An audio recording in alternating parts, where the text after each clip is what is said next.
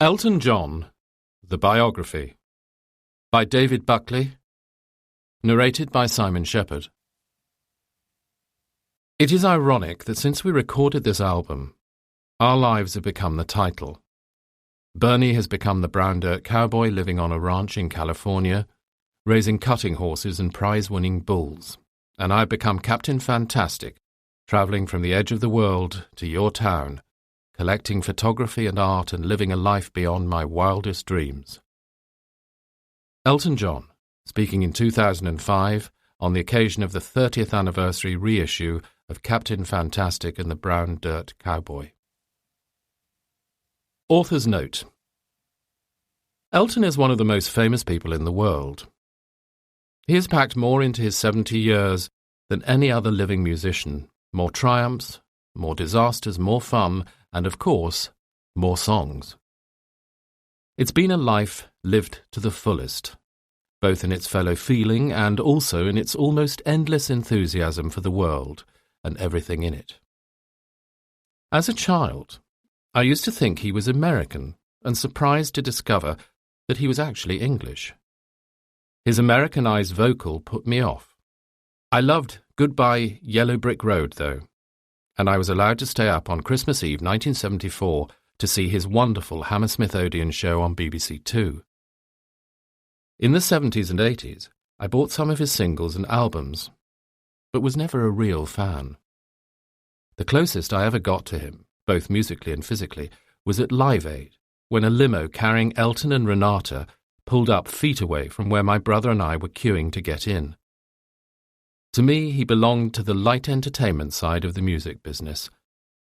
I did not see him as part of rock culture. Researching this book has therefore been a revelation. Like many others, I suspect, I have in the past been guilty of sniffily dismissing his mawkish ballads, not realizing that they were only one aspect of his musical story. In fact, Elton has recorded more great songs than you might think, and boasts a catalogue of brilliant moments. So my book attempts to tell his astonishing life story, while at the same time reminding the reader of why he is such a huge star in the first place, namely, by talking again about the songs, the albums, and the stage performances. While this book is unauthorized and has been written without the cooperation of Elton or his management, I've spoken to many important people in his story. Elton John has been a blues singer, a singer-songwriter, a glam rock icon, a drug addict, a married man, a moaner and whiner, a tireless fundraiser and humanitarian, a married man, again, a controversialist and ultimately a living legend. This is his story. David Buckley, Munich. Forward by Gary Osborne. Elton was kneeling on the floor in the corner of my room. "Osborne," he shouted, as I looked up from the backgammon board.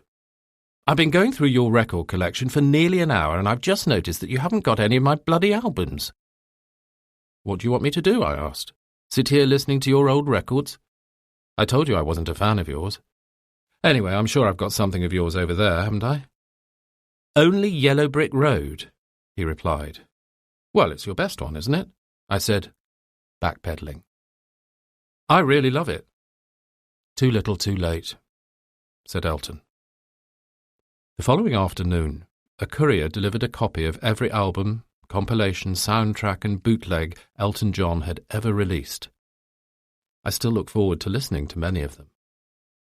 First of all, we were mates. Kiki and Davy lived in LA and usually stayed with me and my partner Jenny when they were in England, while Elton lived in Windsor and often dropped in when he was in town. So for a couple of years we all just hung out, playing games, listening to music, watching TV, going to shows in the West End, concerts at Wembley and football matches at Watford, laughing, playing, and partying, just like ordinary people. Well, almost. Elton knew my work. He had heard The War of the Worlds, although it hadn't yet been released. I'd also written lyrics for 3 songs he had produced for Kiki, including Amoureuse. So when he suddenly played me the tune of Shine On Through and asked me to write a lyric, it didn't seem strange at all. But it changed my life forever. Over the next 5 years, Elton would become my closest collaborator and one of my dearest friends. As a lyricist, I choose my words very carefully.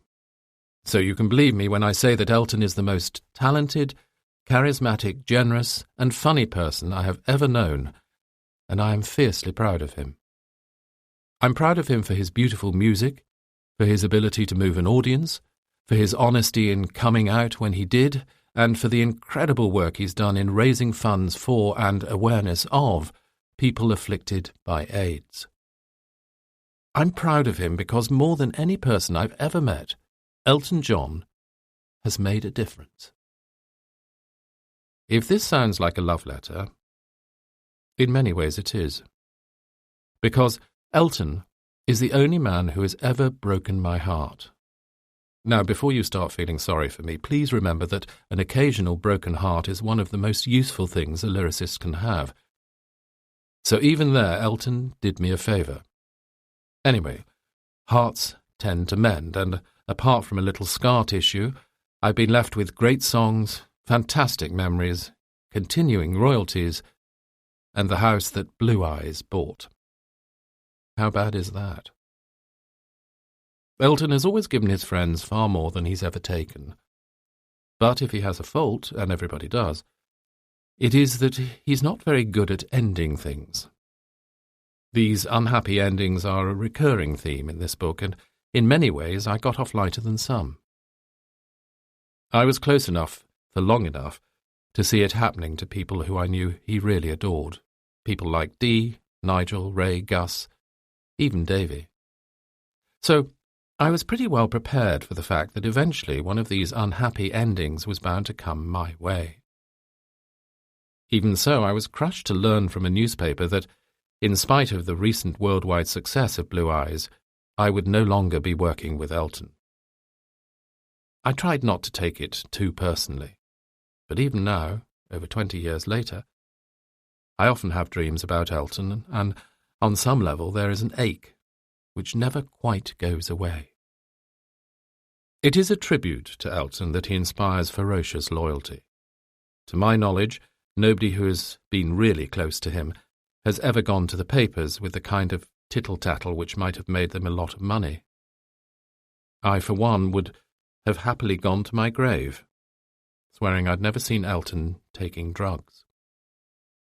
Fortunately, he spared us all from having to live that lie by coming clean and turning his life around. Another reason to be proud of him. Elton has been Elton John for far longer than he was ever Reg Dwight, so he's become rather good at it. And since he has the constitution of an ox and the energy of a small nation, I expect him to spring a few more surprises before he's done. To me, the biggest surprise so far is that he's managed to withstand decades of power, pressure and pampering without going quite insane. I'm damn sure that I would have gone completely bonkers by now. Like me, David Buckley came to Elton John as an admirer rather than as a fan, and he has approached this book with no agenda other than to chronicle as accurately as possible the extraordinary life of one of the greatest composers and performers of all time. As a force in the history of British entertainment, Elton can only be compared to the Beatles and Noel Coward, and capturing him in a book is no mean feat.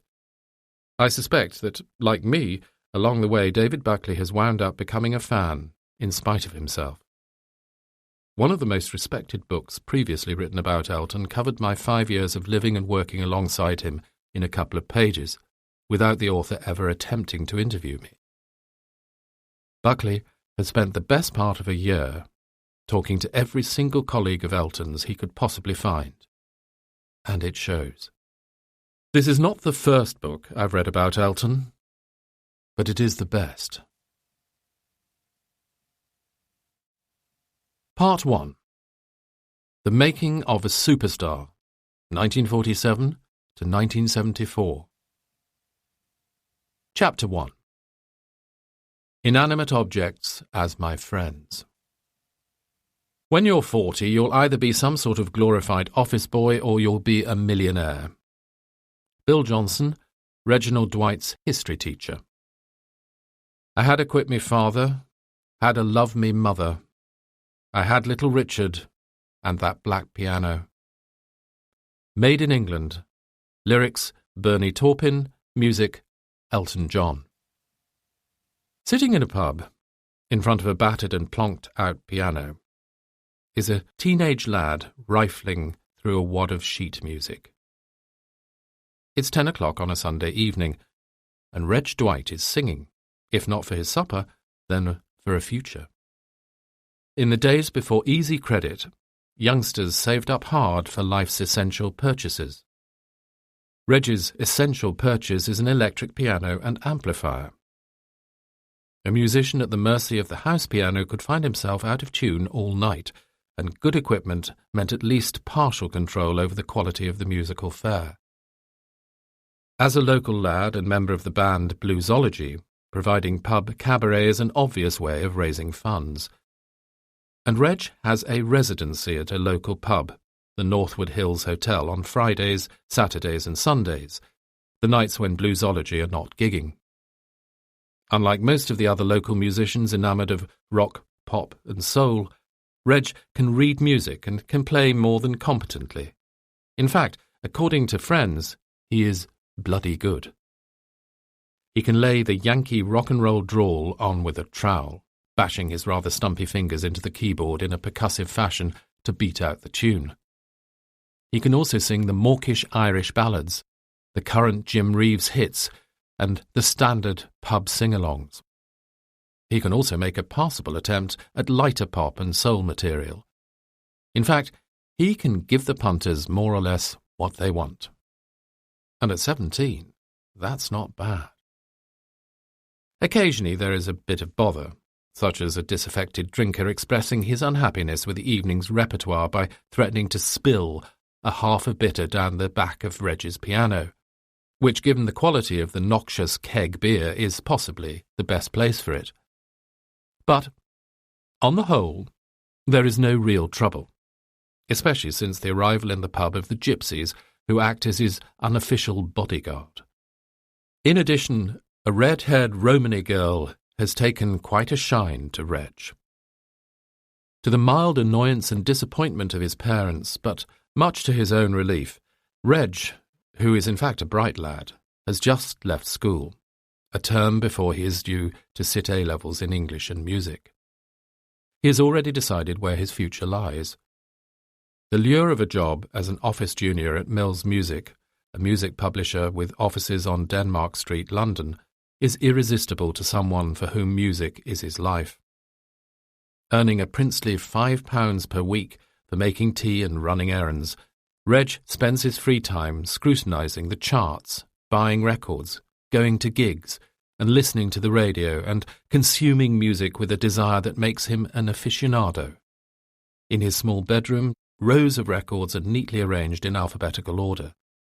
He knows who wrote the B-side to this, he knows who published that, and he knows who covered the other. Seldom has anyone been so submerged in popular music as the young Reg Dwight. But the main problem for the aspiring musician is sex, or rather sex appeal, and in his case, his conspicuous lack of it. He is a chubby boy who makes everything he wears look wrong. At school, even though there was nothing wrong with his eyesight, he wore dark, wide-rimmed spectacles as a tribute to one of his musical heroes, Buddy Holly. His eyes, damaged from wearing them, the glasses he wears now are for real.